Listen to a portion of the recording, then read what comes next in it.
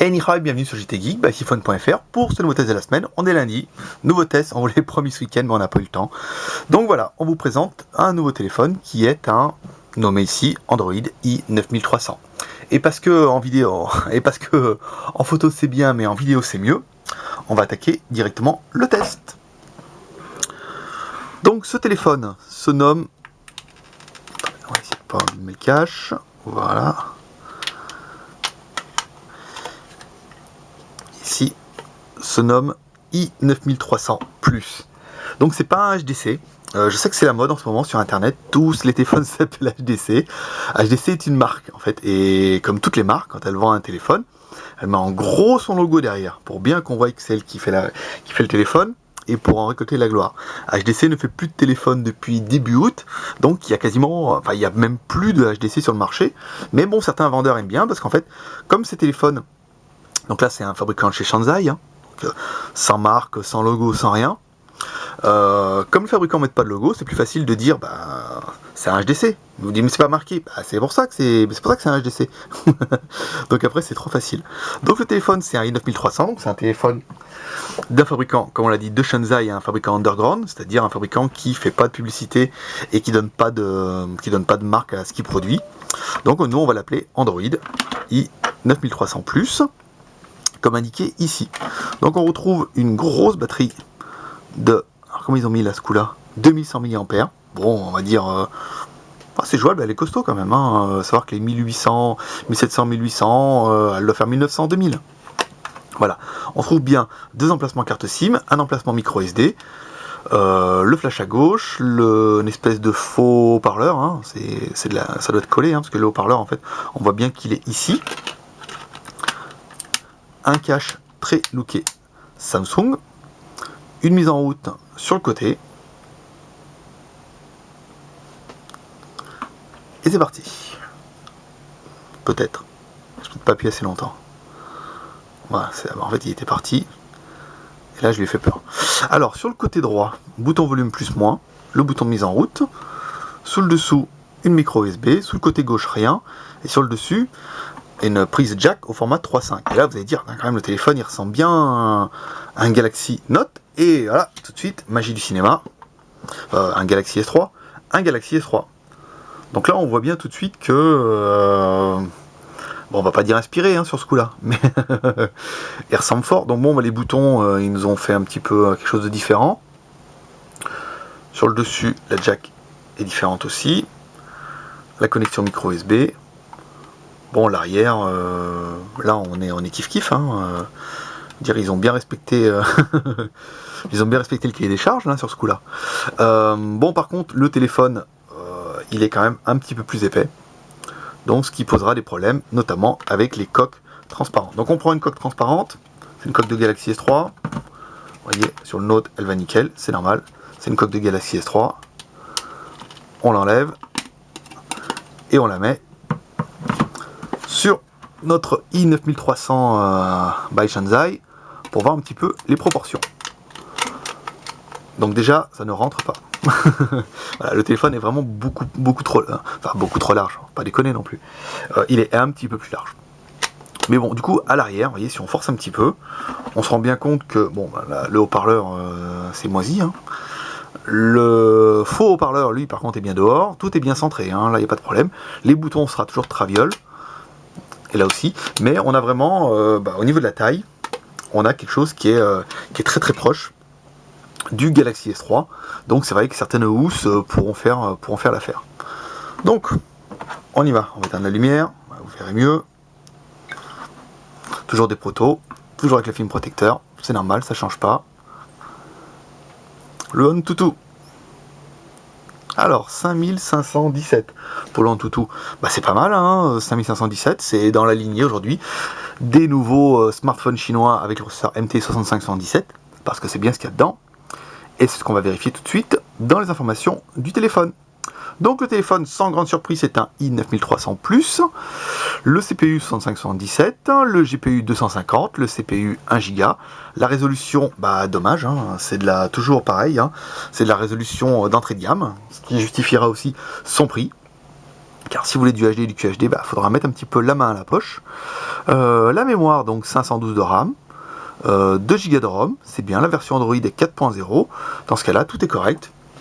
Il n'y a pas eu de surexcitation au niveau de l'écriture des lignes.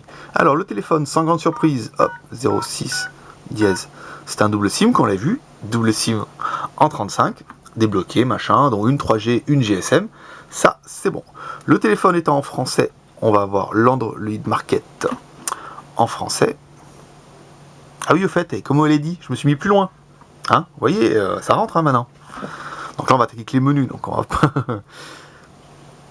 Alors, voulez-vous ajouter un compte? Ça, c'est bon. Le market. Ensuite, on va essayer un petit SMS. Voilà. Ici, là. Oh, clavier en QWERTY. Bah, dis donc, j'ai pas mis en français. Ah, tout se perd. Hein. Voilà. Donc, si un jour, vous aussi, vous avez le clavier en QWERTY, ça n'a pas été fait. Donc déjà, ça veut dire que je devrais frapper un chinois. Bah, si vous l'achetez chez nous, après si vous l'achetez chez les autres, forcément, rêvez pas. Le téléphone, déjà, quand ils arrivent en français, c'est la fête. Alors là, on va directement dans le clavier. Et ce qu'on peut faire, des fois dans le clavier, c'est pour être simple, c'est utiliser la langue du système. Voilà, comme ça le téléphone, il se met tout seul. Je suis allé vite, mais c'est exprès. Alors, ça c'est bon. Alors, le téléphone, sans trop de surprise, il va lire de la musique, qui est ici. Allez Britney, c'est à toi.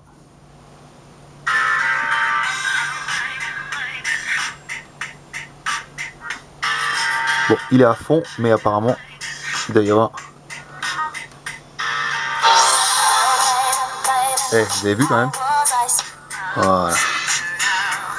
Oui, on est vigilant maintenant, depuis qu'on s'est fait... on s'est fait moquer par l'appareil, parce qu'on n'avait pas vu qu'en fait, dans le cache, il y avait des contacts pour le GPS. Enfin, je vous jure. Ensuite, donc l'appareil peut lire des vidéos. Donc attention, sur un entrée de gamme, ça peut s'annoncer rock'n'roll. Allez, on attaque la Full HD tout de suite.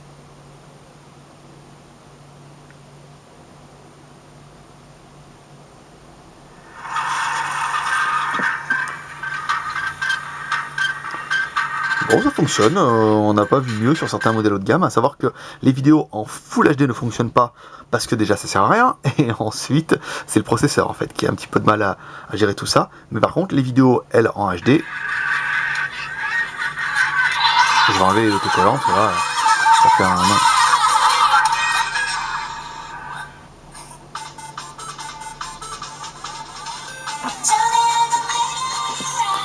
Alors, il y a des langues de vision.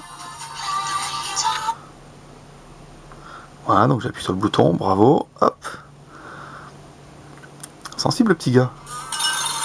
Voilà, comme ça.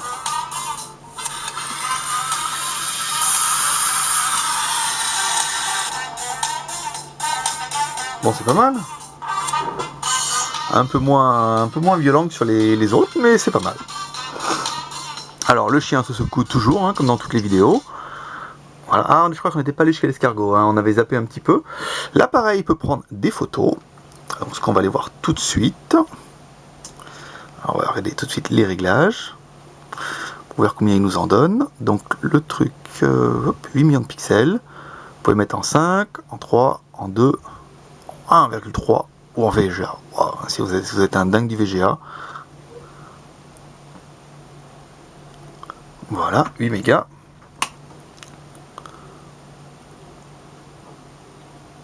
Voilà, on va traquer notre lapin.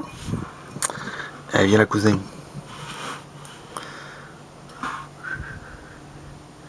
On va se mettre ici. Vous voyez, on a bien, comme ça, on a bien l'autofocus. Est-ce qu'il va zoomer si je fais ça? Non, faut pas déconner non plus. Ici, donc on se met ici, autofocus, nickel. Et on tape. Voilà, donc en fait on a encore une fois un appareil photo en millions de pixels avec le flash. Ici, les vidéos, c'est de l'enregistrement en HD, ça y a pas de problème. Ensuite, qu'est-ce qu'on va pouvoir trouver d'intéressant dans les menus? Alors, oh, dis donc, vous avez vu, il y a un truc là qui s'appelle... j'arrive pas à lire. Non, c'est sûr que j'arrive à lire. D'accord, bon bah écoutez, pourquoi pas. Métophone, nanana, ça c'est bon. Navigateur. Et tout ça, c'est pas mal. Donc pour nous, les plus c'est les moins de la bête. Alors le processeur 6517, ça c'est bien. C'est un bon processeur, un dual core en 1 GHz. On a bien aimé la taille de l'écran. Vous voyez, bon bah à droite vous avez un Galaxy S3, à gauche vous avez un i9300. Bon bah voilà, celui-là il fait 4.7, celui-là il fait 4.8. Bon, il doit faire un petit peu moins de 4.7, hein, mais pas convaincu. Donc du coup on a un téléphone qui est quand même assez sympathique. Bon, la finition, si là c'est un peu brillant, là c'est quand même plastique gris. C'est un peu dommage, c'est quand même moins bien, mais forcément, quand je vous donnerai le prix, c'est normal que ce soit moins bien. On a bien aimé la RAM, la ROM qui a 2 Go, ça c'est bien, c'est 1 million de pixels. La batterie 2100 mAh. C'est correct, ça fait un appareil qui est plutôt homogène, qui fonctionne bien, et surtout ce qui est intéressant c'est son prix, 169 €. Bon bah 169 €, vous avez vous n'avez pas certainement un S3, mais vous avez un smartphone chinois qui fonctionne bien, qui vous permettra d'aller voir, de regarder vos emails, de regarder des vidéos, de prendre des photos, de faire pas mal de choses bien, avec un look qui est tendance, hein, quelque chose qu'on avait déjà retrouvé avec le iPhone, où tout le monde voulait un truc qui ressemble à, non pas parce que le téléphone était merveilleux, mais c'était surtout pour frimer et puis avoir un téléphone qui a le look des copains. Bon bah là, c'est un peu l'idée, pas super convaincu pour ma part, mais s'il y avait une demande, c'est pour ça qu'on l'a rentré. Ce qu'on n'a pas trop aimé, la RAM 512, ça c'est normal, hein, c'est surtout les smartphones chinois. La RAM dans les entrées de gamme, elle est toujours à 512. La faible résolution, normal, après on n'a pas vraiment besoin d'une HD ou d'une QHD là-dessus, donc ça peut suffire. Et ensuite, c'est vrai que la finition est quand même pas géniale, elle est digne d'un smartphone chinois à 169 €. On aurait mis un truc en alu, forcément, il vous l'aurait taxé aussi. Donc voilà pour ce petit test de la semaine, pour ce Android i9300 qui n'est pas un HDC. Si vous voyez cette vidéo sur les sites concurrents avec leur gros logo, comme on a pu le voir sur certains sites anglais ou d'anglais chinois, qu'on sait pas trop, avec leur logo écrasé ou leur nom par-dessus nos vidéos, c'était quand même les nôtres. Aujourd'hui les seuls à faire ça c'est nous, c'est sur siphon.fr, c'est pour ça que vous êtes de plus en plus fidèles à nous suivre. C'est pas que pour mes blagues, c'est aussi pour mes téléphones que je vous présente. Si vous avez aimé cette vidéo, n'hésitez pas à vous abonner. On a de plus en plus d'abonnés, ça fait trop plaisir. Si vous avez trop d'amour à partager, allez sur notre page Facebook. On a dépassé les 8000 fans de notre page Facebook Inki à Shenzhen. Donc si vous y êtes pas, c'est que vous avez loupé un truc. Parce que là, avec autant de fans, je veux dire, c'est que ça doit pas être si mal que ça, hein.